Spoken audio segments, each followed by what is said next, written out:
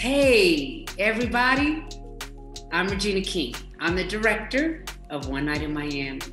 And just to tell you about how this film moved me, or the script, Kemp Powers, he wrote such a compelling script. And I just wanted nothing more after I read it than to bring this story about four legends, Muhammad Ali, Sam Cooke, Jim Brown, and Malcolm X to the screen. These men, they're having intimate discussions. And these discussions that they're having together, they highlight the humanity of these men beyond their impact. Because many of the things that are being discussed in this film are just as relevant today as they were 60 years ago. So I hope that the conversations on screen inspire your own conversations off screen. So look, this is my directorial debut. So needless to say, I am super excited, but really, really excited that you're getting the opportunity to experience it first. And if you dig it, let everybody know that One Night in Miami, it'll be in select theaters December 25th and on Amazon Prime Video January 15th. Do me that favor. But I'm not gonna talk to you anymore. I appreciate you. Thank you. Now sit back and enjoy. Macro had the distinct pleasure of collaborating with Amazon Studios to host the first Macro Pull-Up, a drive-in screening experience of the film One Night in Miami.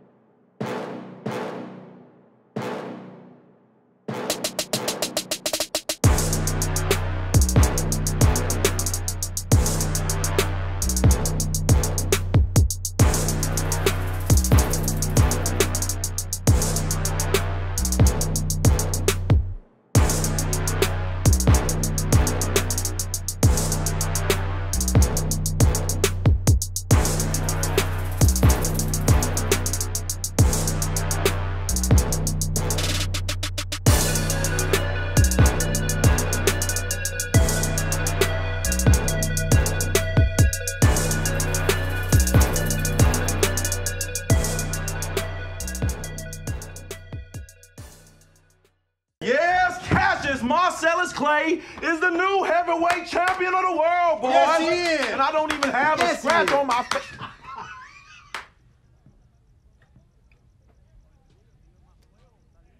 Oh, my goodness. Cash. Cash? What? Cash, what? Why am I so pretty? And I'm only 22 years old. There is no way I'm supposed to be this great. Look, Alexander the Great conquered the whole world at the age of 30, and I conquered the world of boxing at 22 without sustaining so much as a scratch. That's right. There he goes. You do the math. All right. When is this party going down? Yeah, that's a good question. What's on the agenda, Malcolm? Well, I thought this would be a wonderful chance for us to reflect on what's happened tonight. Like our young brother said, there's no denying that greater forces were at work. You mean no one else is coming? Oh, rest assured, my brother, you're not missing anything.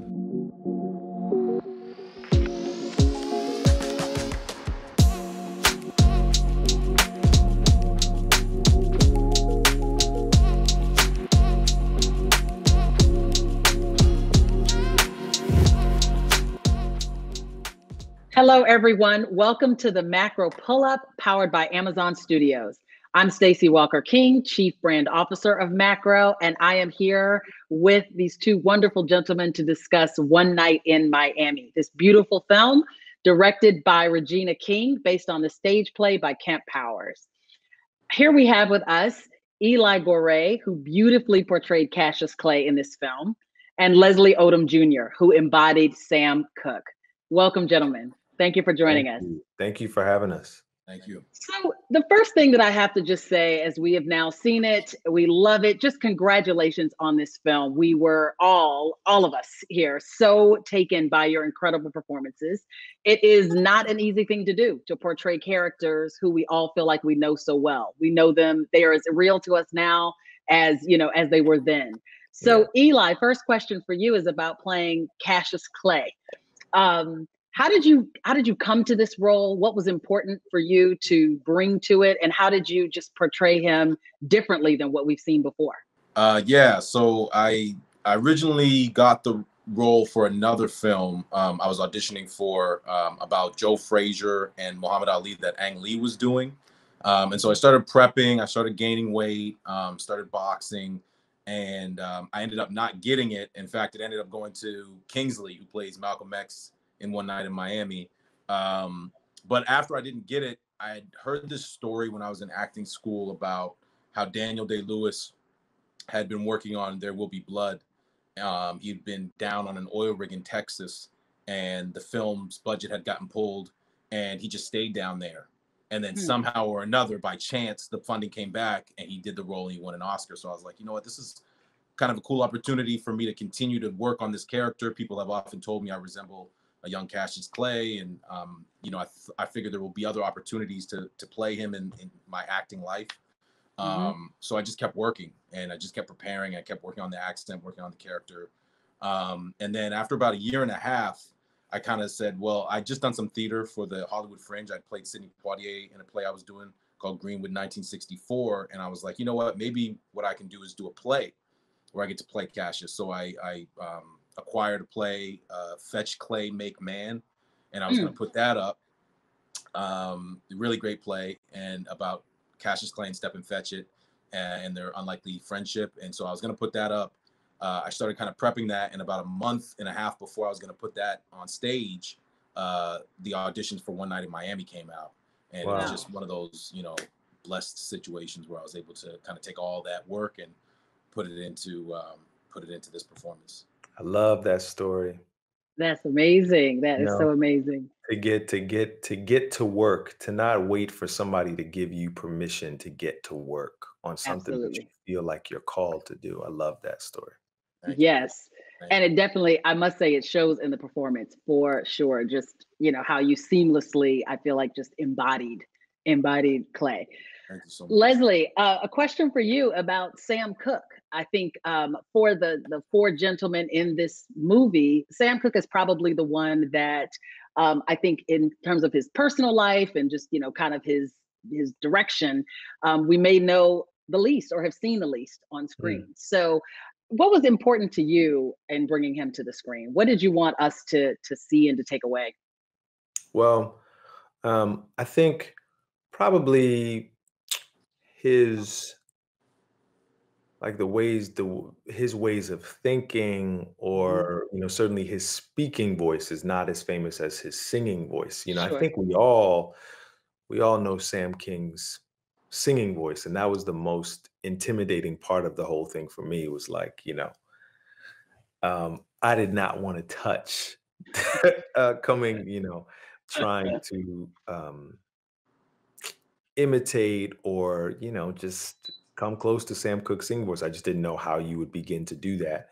But what I did realize in the prep work was that there was very little, now while he did interviews and things like that, there's very little footage that we have of this guy not at work, I'll say. Sure. Very little footage that you have of him kind of just in his natural habitat, as he was. So I was able to take everything, all of my research, everything that I learned about him, even some of those things that's, I learned about his psychology through studying the way he sang. I was able to put all of that together and take a leap of the imagination in that hotel room and imagine, based on those stories, based on stories that his friends told about him, just what he was as a guy, what his makeup kind of was, because as superstars did back then, he kept a lot of that hidden. You know, it was really about a persona that you crafted, and that because that persona made you your dough. You know, but behind the scenes, I gathered that guy was sharp and tough, and yeah, you know, not one that you wanted to back into a corner is what I got the sense about Sam Cooke. No, absolutely. I think there was one thing when I was watching this that I was thinking every photo that I've seen of him, he's so cool, he's unflappable.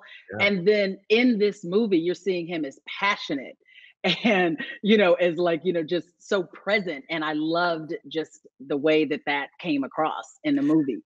You know, my dad told me one time when I was a kid, he was like, you know, you see that swan right there?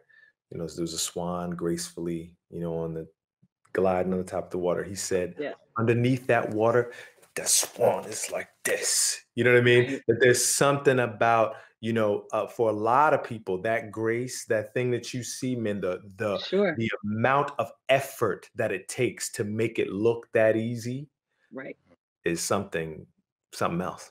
Absolutely. Absolutely. You know, I think we're all struck by in seeing this movie and these four men in their hotel room. You've got Malcolm X, you've got Cassius Clay, Jim Brown, and Sam Cooke. I mean, that is a squad, like the ultimate squad. And the conversations that were happening between, you know, the four of them, you see the camaraderie, the brotherhood, the love that they have for each other. Just, it's like a beauty of a real friendship that was there. I'm curious about what prep was like. I see what it was for you individually, but what was it like for you four together? What, you know, tell us a little bit more about that. I'll jump in on that one because I feel like I probably, you know, coming into it, because I'd worked on it for so long, I had an idea in my head that I was going to be very prepared, and that I was not only going to be prepared, but I was kind of like thinking I'm coming in. I was almost arrogant, thinking like they're going to have to keep up with what I'm bringing to this situation. And I know it sounds stupid, and it was, but that's where my head was at coming into this process. And when I got there, it was the most humbling experience of my professional career, maybe one of the most humbling experiences of my life, because everybody, the quality and the depth and the intensity of preparation and work and detail that Regina, Kingsley, Leslie, and Aldous put into their craft, it was like going back to school. It felt like I was literally back in acting school. Like it was every day, you know, I'd be in the wrong eye line and Aldous would have to move me over. Or I remember one particular time, I had a really great idea for how I wanted to do a blocking, but we'd already done blocking. And so on our master shot, I'm like, guys, you know, I'd like to do this. And Regina, you know, and everyone kind of looks at each other like, oh, you know, catch up kind of thing. And then Regina kind of pulls me aside. I was like, it's too late for that. You know what I mean? This isn't that kind of thing. You gotta prepare more and better before you get to the set. If you want to do that, it's a great idea, but it's too late because now other people have already made their choices. And it's not just about, you know what I mean? Oh, I have a good idea. So, you know, it was constant, you know, after about a week, I just started to realize I should just not talk too much, do a lot more watching and you know, and then trusting that people would be able to help me and guide me to keep up. But it was the standard of when you're working with Oscar winners and Tony winners like Leslie, and people that, you know, like Aldous, who have, you know, done 3-4 leading roles where they're carrying a film, you know, box office successes. They're just working at a level, like Leslie said, at a level of intensity and excellence where I felt like it was a whole new experience to any other work. And I've been working since I was 5 years old. But it was eye-opening because they've all been working since they were 5 years old, and they've all been working at the highest level. Really, really masters of their craft. I was blown away. Amazing. Well, I felt, you know, that thank you, brother, for that. You honor me and our other brothers, and I'll say I absolutely felt like you were, you know, on par with everybody else. You inspired me. I remember you brought in that brilliant dialect coach that we had. You and I worked with Trey Cotton, and he came to you because at the table read, I just thought that you were so, you know, I had spent as you can imagine, Stacey, you know, most of my prep before we started shooting um, was the singing, you know, so that, I mean, because I had quite a bit of, I had to record all those songs. You just hear snippets of them in the movie, but I recorded the whole version of those songs. So I had 6 or 7 of those to do. And we had to have some, even though I sang Chain Gang live and I sang Change Is Gonna Come live in the movie, we had to have just backup versions just in case my voice gave out or I got sick or something. You know, on the day that you're shooting, you have to be prepared. So I had done all of that. You know, I'd really focused the most on Sam Cooke, and it's for good reason I'd focused on his singing voice, but I really hadn't waded into his speaking voice or the way his body was going to move through space, those kind of things. All of the things that you have to keep in mind, you know, when you're playing somebody that has lived and you're dealing with similitude and trying to come as close as you can to these people. But we came in at the table read, and Eli was, what I did know is how long he'd been working on it. But what I knew was, damn, I got some work to do. You know, I just thought at the table read, Eli was he was already really doing such beautiful, believable, natural work. And Cassius Clay, I mean, that's a hard part, you know, so for him to come in and be that prepared, you know, it upped my game for sure. But I found, as far as our, you know, there's very little, you know, rehearsal time, very little prep time that we had as a company, you know, maybe a week and a half, maybe, you know, but then, you know, that you don't stop prepping on the first day of shooting. Like it's all prep. You know, the first day of shooting is like, you get better, and the second day is better, the third day, and then you get knocked on your butts the fourth day, and then you come back, and, you know, so you know, by the time you get to you're kind of rehearsing the movie the whole time through. But I remember, because there's a lot of fights, you know, those guys are in that room, you know, going after each other, and the rehearsal process, and then the first sort of week and a half of shooting was a lot of that stuff. Was just like, was Malcolm coming after me, and, you know, just really just, you know, so the tension that was on the set, you know, we ended up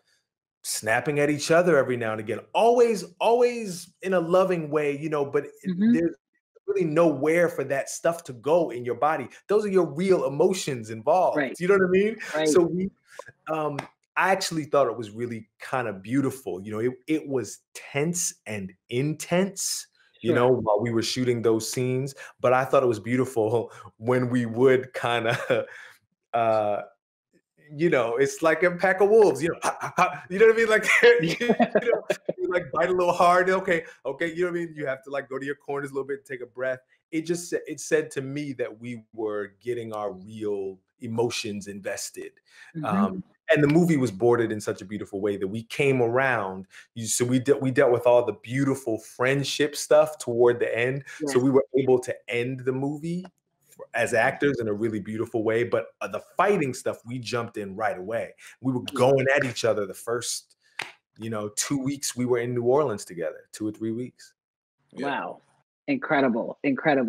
You know, I'll say one thing that I just loved as I was watching it. I am like fast and furious writing down quotes, you know, in my notebook, like just writing down so many things, because some of these lines that were uttered in this brilliant screenplay by Kemp Powers, who wrote the stage play, some of these things felt like these are conversations. Not only are these real conversations that are happening and have been happening, but they are so present in the times that we are living in right now. And so there are two. One that Sam Cooke says to Malcolm X that I would love, Leslie, for you to speak to about, but it says, "Don't you think my determining my creative and business destiny is every bit as inspiring to people as you standing up on a podium trying to piss them off?" And I feel like in a time where, I mean, I was like, yes. I want you to, if you can, just speak a little bit to like, what's the message to artists, to creatives, in that, for these words to have been uttered, you know, 45, 50 years ago. Yeah. Well, Malcolm was a radical, and Malcolm was a separatist. and Malcolm was about divesting. And we need people like that. We need, people that are going to, who are uncompromising, unflinching. You need those people. God bless those people. God bless the young people. Revolutions are sometimes they're led by people who feel like they don't have as much to lose. When I saw the young people out in the streets this summer, I was like, thank God for them. They are pushing this conversation forward. I wasn't in the street. I have a different responsibility in the movement, in the struggle, still a responsibility. But that's what, so Malcolm and Sam, they are at odds because, what we can say, I think, looking on the outside, is that they both had responsibilities within the movement. And that's what Sam is, Sam is like, bro, you're a ward of the state. Like, I actually am a part of helping Black people. I have the receipts, bro, of like, these are the people these are the homes that I've helped to buy. What have you done? Right. But, stand and talk. And so, and he only gets there because Malcolm pushes and pushes. But I think they're both absolutely needed and necessary, and Malcolm understood that too. This is a drama, so this is we need polemics, and we need to for the drama, that's what theater does. That's what film can do, is that we can put these two opposing forces there and have them hash it out for our benefit, so we can learn from them. But Malcolm was dear friends with Ossie Davis and dear friends with Sam Cooke, so Malcolm knew that the artist had played a role, and he wanted to be a part of making sure that those that were willing, had a spiritual advisor, had a political advisor in him, that he could help get meaningful messages out through them as well. Yes, absolutely. I feel like, his character goes through not an evolution to, a whole new thing, but just to really the essence of who he was. And I think Malcolm really helped to push that forward. Eli, a quote that Cassius Clay said was, "Power just means a world where we're safe to be ourselves, to look like we want, to think like what we want, without having to answer anyone for it." And I think just given the backdrop of what's going on in our country, the revolution that, really was happening all summer, I'm just curious how that played into your, performance, all of this that's just been brewing up in the culture. Yeah, I think that was probably the most challenging line in the entire film for me. It was my audition scene. It was the last scene that me and Leslie ended up shooting when we came back and did our pickup shot. It was the very last scene that I shot. I think he had one more after that. And it meant a lot to me because I knew that was something that Cassius really lived out. Like, in a time of, when civil rights movement was happening, he was someone that was saying he was for civil rights, but that he wasn't for integration. Cassius Clay at that time for years was against integration, and there's tons of video, and he got a lot of backlash about it.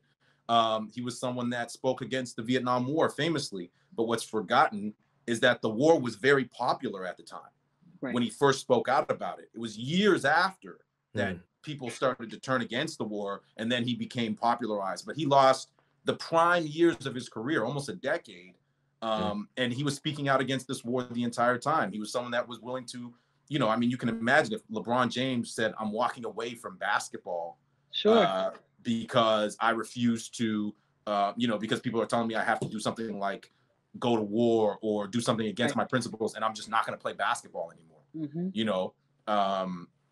So he really lived out that idea that I'm going to think what I want to think.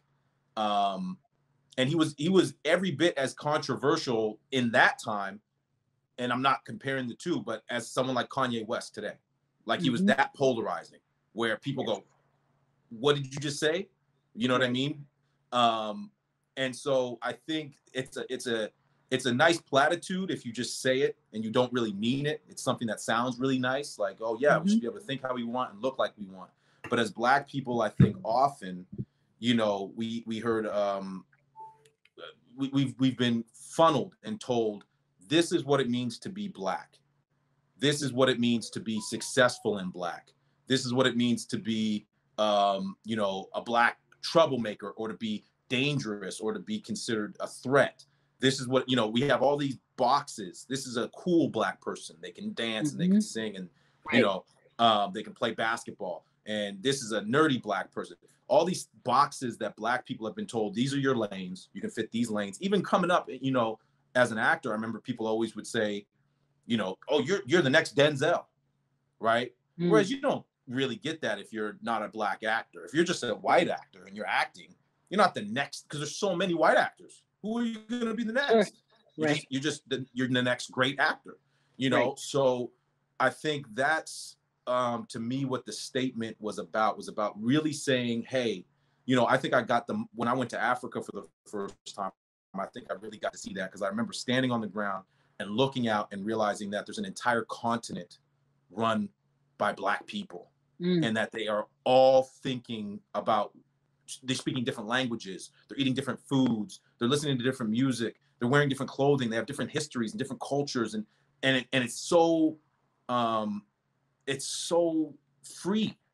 You're so free to be who you are. You can be a police officer, and you're not selling out. You know, like when I was in Africa, I think it just hit me that, like, we have so much breadth and depth as a people that we just never get to really embody and to experience. And I think that's why Cassius wanted to go to Africa. And I think that's what he really connected to within the Nation of Islam, was this idea that I can just be a human being. I don't have to be something else, and I can be a Black human being. And it can be every bit as essential to me without defining me. You know what I mean? I'm not trapped by it. It actually makes me more than I, you know what I mean? It adds to me. It doesn't subtract from me, for lack of a better term. So I think, that sentence, that I'm glad you picked that quote, because that actually was the most important statement to me and for my character, in the entire process. Beautiful, beautiful. All right, so for my last question, that I don't even really know if it's a question. I just want to talk a little bit about the national treasure that is Regina King. So this is, if an appreciation post was a question, I really would love for you both to talk about her. I think that Ms. King right now is, I know she's off shooting something, but all the acclaim, all the flowers, everything. I know we have felt it, and we've, you know, given it to her all these years, but I would love for you two to talk about your experience working with her and you know, in this film. It's a really remarkable thing that somebody like Regina, who has been so successful for so long, in so many ways, you think about where she is now and you feel like she's just getting started. It's so strange. It's a very weird thing, you know, that Watchmen, one of the greatest performances I've ever seen on television, was a year ago, and she won the Oscar the year before that. And she got One Night in Miami the year after that. So in so many ways, it feels like we're about to, you know, we're about to be in a Regina King renaissance. We're about to see, you know, I think maybe the career best, you know, stuff is just getting started. So that's a very remarkable thing. And I'll just say, as a director, she just only ever, you know, on the set, she only ever made me better. She only ever made me better. Every single note is it's all you can dream of in a collaborator, in your director, is that when you do make your way from behind that monitor and you come over here and you say something like, I hope, you know, you just hope that person doesn't send you on a wild goose chase, that they don't derail you, because it's a very vulnerable thing, you know, and Regina only ever made me better. Oh, beautiful. I mean, I 100% agree and concur. I could probably just speak to it also and add to what Leslie was saying in terms of, I think we only see it's very rare that we see that kind of trajectory, like maybe like a Michael Jackson, where someone is very famous, very accomplished for a really long time, and then their career really starts, you know, because Michael was a child, you know, star, and then obviously became huge, you know, after that, when he was an adult. And I've said it several times that I think she'll probably be more remembered for her directing career when it's all said and done, as crazy as that is, having won an Oscar for acting, than she is for her acting career. Like, you know, like a Clint Eastwood or trying to think, Ron Howard or someone of, you know, like that, like where you just, they were actors, they're very successful actors. And then you look back and they got, you know, 4 or 5 Oscars for directing or something like that. She's a phenomenon. She's really exactly like all the accolades and all that stuff. Like I spent a lot of time thinking about like how she got to that point. Cause obviously, you know, from 227 and being on all these amazing films, Ray and Friday and Boys in the Hood and Boondocks and like all these like quintessential cultural pieces that like kind of define certain moments in Black American culture, and played pivotal roles in those pieces, you know, and even things like, you know, even Jerry Maguire, you know what I mean, being there when Cubo got his Oscar, and you know, like being next to all these great performances, and then doing her own great performances. Obviously, like something in that coalesced for her to be able to also take all that she's learned from being in front of the camera and then bring it to being behind the camera.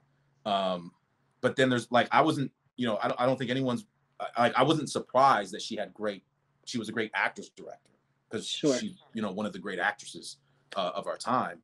I was really amazed at how well she was with the crew, you know, because working on sets, there are a lot of actors that try directing, and usually that's the area that kind of is less than, you know, they're not so, they don't know the cameras as well. They don't know what kind of sound they want as well. They don't know all that stuff. And her ability to pick crew members, to dialogue with crew, to create a cohesive set where everyone feels like they're valued and everyone knows what their roles are, leadership, finishing process through the editing process, and getting the right people like the Terrence Blanchards and the, you know, just all of it. Like she's a phenom. She's really a phenom. Like it's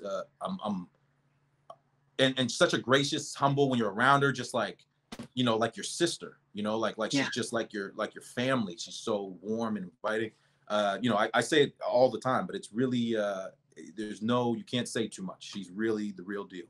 She's really great. Absolutely. Absolutely. She's phenomenal. This film is phenomenal. You both are phenomenal in it.